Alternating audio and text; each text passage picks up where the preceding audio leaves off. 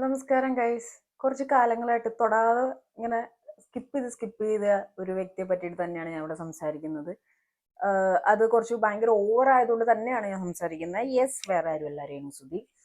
ഞാൻ തുടക്കം തൊട്ട് രേണുസുതിയുടെ വീഡിയോസ് ചെയ്യുമ്പോൾ ഞാൻ പറഞ്ഞിരുന്നു, ഗൈസ് നിങ്ങൾ ഇതിന്റെ പുറകെ പോകണ്ട, വെറുതെ വിട്, let Har do what she want എന്നുള്ള രീതിയിൽ ഞാൻ പറഞ്ഞിരുന്നു. ഓക്കെ, ഇവിടെ അന്ന് ഞാൻ പറഞ്ഞിരുന്നു വായനാക്ക് ശ്രദ്ധിച്ചാൽ തീരാവുന്ന പ്രശ്നങ്ങളുള്ളൂ രേണുവെന്ന്. രേണു ഒരിടയ്ക്ക് ഒരു മുസ്ലിം ഗൈയായിട്ട് ഇഷ്ടമാണ്, അതാണ് ഇതെന്നുള്ള രീതിയിൽ സംസാരിച്ചിരുന്നു. 2 years കഴിയട്ടെ എന്നുള്ള രീതിയിൽ സംസാരിച്ചിരുന്നു.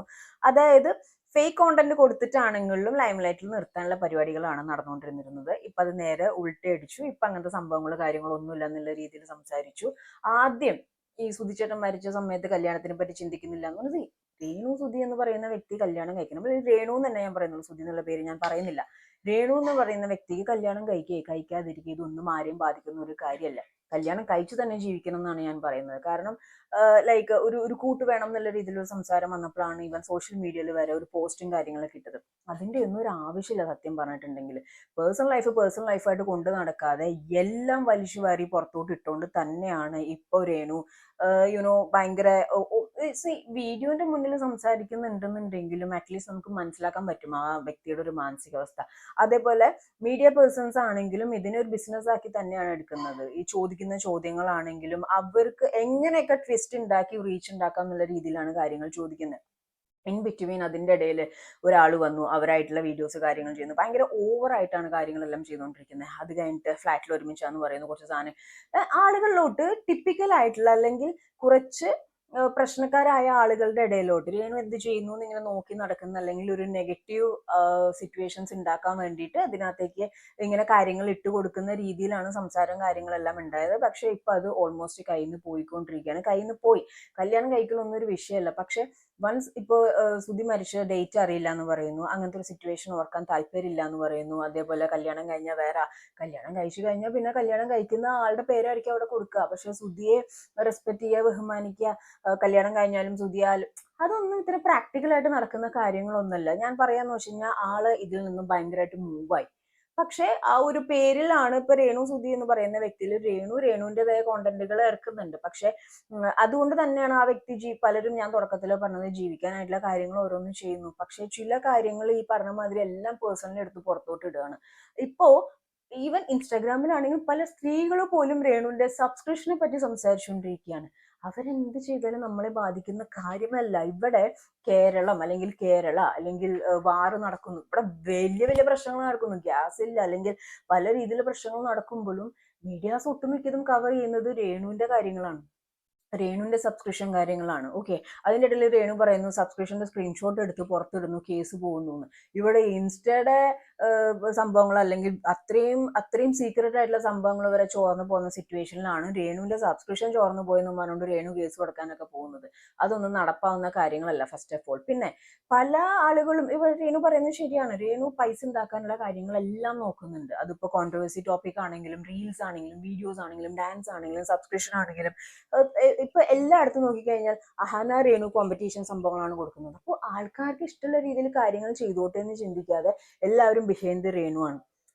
മനസ്സിലായോ? ഞാൻ ഇതിനു മുമ്പ് പറഞ്ഞിട്ടുണ്ട്, ഇതിനെ ഇങ്ങനെ പുറകെ പോകുന്തോറുമാണ് നെഗറ്റീവ്ലി ആണെങ്കിലും എന്താണെങ്കിലും രേണു മുന്നോട്ട് പോയിക്കൊണ്ടിരിക്കുകയാണ്. രേണു വളർന്നു മുന്നോട്ട് പോയിക്കൊണ്ടിരിക്കുകയാണ്. ഇപ്പൊ സബ്സ്ക്രിപ്ഷൻ എടുക്കുന്നു.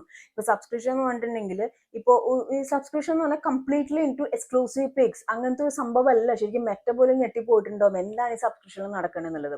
ഉദാഹരണത്തിന് ഒരു ഡാൻസറിനാണെങ്കിൽ സബ്സ്ക്രിപ്ഷനിൽ എടുത്തിട്ട് സ്റ്റെപ്സ് പഠിപ്പിച്ചു കൊടുക്കുന്ന അത്രയും ക്ലോസ് ആയിട്ടുള്ള ഫോളോവേഴ്സിന് സ്റ്റെപ്സ് പഠിപ്പിച്ചു കൊടുക്കുന്ന രീതിയിലുള്ള കോണ്ടന്റുകൾ സബ്സ്ക്രിപ്ഷനിൽ ഇടാം. ഫുഡി ടൈപ്പ് ആളുകൾക്കാണെന്നുണ്ടെങ്കിൽ അവരുടെ കുറച്ച് ടിപ്സ് കാര്യങ്ങൾ സബ്സ്ക്രിപ്ഷനിൽ ഇടാം. ഇപ്പോൾ മോഡലിംഗ് ആണെന്നുണ്ടെങ്കിൽ അവരുടെ കുറച്ച് കാര്യങ്ങൾ അവരുടെ ഫോട്ടോസ് കാര്യങ്ങൾ കൊടുക്കാം. അതല്ലാതെ completely into highly exposing vulgar എന്നുള്ള രീതിയിലേക്ക് കോണ്ടന്റ് മാറുന്നുണ്ട്. ഇതെല്ലാം ഓരോരുത്തരുടെ ഇഷ്ടമാണ്. പേഴ്സണലി നമുക്ക് ആരെയും ഒന്നിനും ചോദ്യം ചെയ്യാൻ റൈറ്റ് ഇല്ല. അപ്പൊ രേണുവിനെ സംബന്ധിച്ചിടത്തോളം രേണു പറയുന്നത് end of the day money is everything. അതിനകത്ത് ഒരു മാറ്റമില്ല. ആര് കൂടെ ഉണ്ടെങ്കിലും കൂടെ ഇല്ലെങ്കിലും പൈസയ്ക്ക് മേലെ പരുന്തും പറക്കില്ല എന്നുള്ള സംഭവമാണ്. രേണു അധ്വാനിക്കുന്നു, രേണു പൈസ ഉണ്ടാക്കുന്നു. അപ്പൊ രേണു ചോദിക്കുന്നപ്പോൾ ശരിയാണ്, രേണു എന്ത് ചെയ്താലും എന്താണ് ഫാക്ടർ? പക്ഷേ അതിനകത്തേക്ക് ഇപ്പോൾ ഉള്ളൊരു പ്രൈവസി ബൗണ്ടറി വരെ വിട്ടിട്ടും ആൾക്കാർ അകത്തോട്ട് കയറി വരാനുള്ള പെർമിഷൻ രേണു തുടക്കത്തിൽ കൊടുത്തതാണ് ഈ പ്രശ്നം മുഴുവൻ ഉണ്ടായത്. അതിനകത്തൊരു കീപ്പ് ചെയ്യേണ്ട കാര്യങ്ങൾ കീപ്പ് ചെയ്യാതിരിക്കുക, എല്ലാം എടുത്ത് വലിച്ചു പുറത്തോട്ട് ഇടുക, ആ രീതിയിൽ സംസാരിക്കുക. അങ്ങനെ വരുമ്പോഴാണ് കൂടുതൽ പ്രശ്നങ്ങൾ വരുന്നത്. എല്ലാവരും സ്റ്റിൽ ഇതിലേക്ക് പോയിക്കൊണ്ടിരിക്കുന്നത്. അപ്പോൾ നെഗറ്റീവ് ഇമ്പാക്റ്റ് ആണെങ്കിലും പോസിറ്റീവ് ആണെങ്കിലും ഒന്നും വേണ്ടില്ല. രേണുവിന്റെ ആ ഒരു ഓപ്പൺ അപ്പ് ആയിട്ടുള്ള സംസാരം. അപ്പോൾ കൺട്രോൾ ചെയ്യേണ്ട കാര്യങ്ങൾ കൺട്രോൾ ചെയ്യുക, പറയേണ്ട കാര്യങ്ങൾ മാത്രം പറയുക. കല്യാണം കഴിച്ച് ജീവിക്കണമെങ്കിൽ കല്യാണം കഴിച്ച് ജീവിക്കുക, ഇതൊന്നും ആരെയും ബാധിക്കുന്ന ഒരു പ്രശ്നമല്ല. പക്ഷേ കല്യാണം കഴിഞ്ഞ് ജീവിച്ച് കഴിയുമ്പോഴും ഇങ്ങനെ ഓവർ നെഗറ്റീവ് ആയിട്ടുള്ള സംഭവങ്ങൾ എടുത്ത് പുറത്തോട്ട് ഇടുമ്പോൾ അത് നിങ്ങൾക്ക് തന്നെയാണ് തിരിച്ച് ഹാമായിട്ട് വരാൻ പോകുന്നത്. ഇപ്പം സബ്സ്ക്രിപ്ഷന്റെ കേസാണെങ്കിലും ഞാനും ചിന്തിച്ചു, എത്രയോ ആൾക്കാർ സബ്സ്ക്രിപ്ഷൻ എടുക്കുന്നുണ്ട്, എത്ര ആൾക്കാർ സബ്സ്ക്രിപ്ഷൻ ചെയ്യുന്നുണ്ട് അവർക്ക് ഇഷ്ടപ്പെട്ടുള്ള രീതിയിൽ. പക്ഷെ ഈ ഒരു വ്യക്തിയുടെ മാത്രം എമൗണ്ട് കാൽക്കുലേറ്റ് ചെയ്യുക, കാര്യങ്ങൾ ഇത്ര ഇതിൽ വെച്ചിട്ട് ചെയ്യുക, അത് കട്ടിങ്ങും കാര്യങ്ങളൊക്കെ കഴിഞ്ഞ് കയ്യിലോട്ട് വരുന്ന എമൗണ്ട് വളരെ കുറവായിരിക്കും. അപ്പൊ ഇതൊക്കെ ഓരോരുത്തരുടെ പേഴ്സണൽ ഇഷ്ടമാണ്. എൻഡ് ഓഫ് ദി എന്താണെങ്കിലും ആ വ്യക്തിയുടെ കാര്യങ്ങളും കുടുംബവും കാര്യങ്ങളും നോക്കി പോകുന്നു. എനിക്ക് രേണു നല്ല ഹാർഡ് വർക്കിംഗ് ആണ്, രേണു നല്ല ബോൾഡായിട്ട് തന്നെ നിൽക്കുന്നുണ്ട്. ഇത്തരം പ്രശ്നങ്ങൾ ഉണ്ടായിട്ടും ഒറ്റയ്ക്ക് ഹരാസ്മെന്റ് അല്ലെങ്കിൽ കൂടുതൽ ബുള്ളിങ് വരുമ്പോൾ ആൾ സ്ട്രോങ് ആയിക്കൊണ്ടിരിക്കുകയാണ്. പക്ഷെ സൈലന്റ് ആവുന്ന സമയത്ത് സൈലന്റ് ആവുന്നില്ല. എല്ലാ കാര്യങ്ങളും എടുത്തിട്ട് സംസാരിച്ചിട്ട് കൂടുതൽ പ്രശ്നങ്ങളിലോട്ട് പോകുന്നത് രേണു തന്നെയാണ്. ഇപ്പോൾ പല ഇതും വരുന്നുണ്ട്, കേസസ് വരുന്നു എന്നുള്ള രീതിയിൽ പറയുന്നു. കള്ളുകുപ്പിയായിട്ട് എയർപോർട്ടിൽ വെച്ച് പിടിച്ചു എന്ന് പറയുന്നു. അങ്ങനെ അതേപോലെ ഒരു വീഡിയോ ഉണ്ടായിരുന്നു ഋതപ്പനോട് ബൈ പറയുന്നത്. ആ കൊച്ച് രേണുവിനെ നോക്കണ പോലുമില്ല.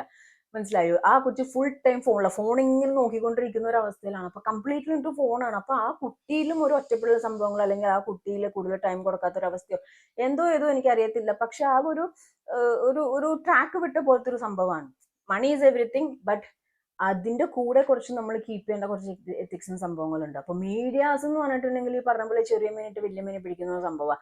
അപ്പൊ ഓവറായിട്ട് അതിനകത്തേക്ക് കാര്യങ്ങൾ ഇട്ടുകൊടുത്ത് സംസാരിച്ചു കഴിഞ്ഞിട്ട് ഒരു പ്രൈവസി ഇല്ലായ്മ ആക്കുന്നത് നല്ലൊരു പരിപാടിയായിട്ട് തോന്നുന്നില്ല. ഇപ്പോ പലരും പറയുന്നുണ്ട് മക്കളെ നോക്കാൻ വേണ്ടിയിട്ട് സി അവർക്ക് അറിയാവുന്ന രീതിയിൽ അവർ ജോലി ചെയ്ത് കാര്യങ്ങൾ പോകുന്നു. അപ്പൊ പലരും ചോദിക്കും, ഇങ്ങനെ ക്ലീവേജ് കാണിച്ചും നേവല് കാണിച്ചൊക്കെ ആണോ നോക്കുന്നത്? അത് കാണാൻ അവിടെ ആൾക്കാരുണ്ട്. രേണുവിന്റെ ഹേറ്റേഴ്സ് ആണെങ്കിലും എന്താണ് രേണു സബ്സ്ക്രിപ്ഷനിൽ കൊടുക്കുന്നതെന്ന് കാണാൻ അവിടെ ആൾക്കാരുണ്ട്. അതല്ലാതെ 1500 സബ്സ്ക്രൈബേഴ്സ് അവിടെ വരില്ലല്ലോ. അത് രേണുവൊക്കെ ഉണ്ടാക്കിയെടുത്തൊരു കാര്യമാണ്. അത് നെഗറ്റീവ്ലി ആണെങ്കിലും പോസിറ്റീവ് ആണെങ്കിലും end of the day she is getting money. മനസ്സിലായോ? പൈസ ചെയ്യാൻ വേണ്ടിയിട്ട് രേണുവിന് അറിയാവുന്ന കാര്യങ്ങൾ രേണു ചെയ്യുന്നു എന്നാണ് പറയുന്നത്. ഈ ക്രിറ്റിസിസം ചെയ്യുന്നവർ 10 പൈസ കൊടുക്കുന്നില്ല. അഥവാ ഒരു പെണ്ണിന് ഒരു പൈസ ആരെങ്കിലും കൊടുക്കുന്നുണ്ടെങ്കിൽ അവിടെ വരുന്ന സംഭവങ്ങളെല്ലാം ഓൾമോസ്റ്റ് എല്ലാവർക്കും അറിയാവുന്നതാണ്. So she is taking care of hair life. അപ്പൊ അതിനകത്ത് കുട്ടിയെ നോക്കാൻ വേണ്ടി അങ്ങനെ ഇങ്ങനെ എടുത്തിരുന്ന പല കാര്യങ്ങളും. അപ്പോ ചിലവരാണെന്നുണ്ടെങ്കിൽ പർപ്പസ്ഫുള്ളി രേണു ആണോ എന്നാ പിന്നെ കോണ്ടന്റ് ആയി എന്നുള്ള രീതിയിൽ എടുക്കുന്ന രീതിയിലേക്ക് രേണു ഒരു സോഷ്യൽ മീഡിയ പാൻ ലെവലിലൊക്കെ ഭയങ്കര സംഭവമായി മാറിക്കൊണ്ടിരിക്കുകയാണ്. അതിൽ പകുതിയും അതിനകത്ത് കൈയെടുത്തിരിക്കുന്നത് ഈ എന്താ പറയാ ചില കൊണിച്ച് ചോദ്യങ്ങൾ ചോദിക്കുന്ന മീഡിയാസ് ആണ്. അപ്പോൾ ആ മീഡിയാസിനെ സ്റ്റോപ്പ് ചെയ്യേണ്ടത് രേണു തന്നെയാണ്. അത് തുടക്കം തൊട്ടേ ഞാൻ പറയുന്ന കാര്യങ്ങളാണ്. പക്ഷെ ഇങ്ങനെ പോയി കഴിഞ്ഞാൽ കുറച്ച് കഴിയുമ്പോൾ രേണുവിന്റെ കയ്യിൽ നിന്ന് കാര്യങ്ങൾ പോകും.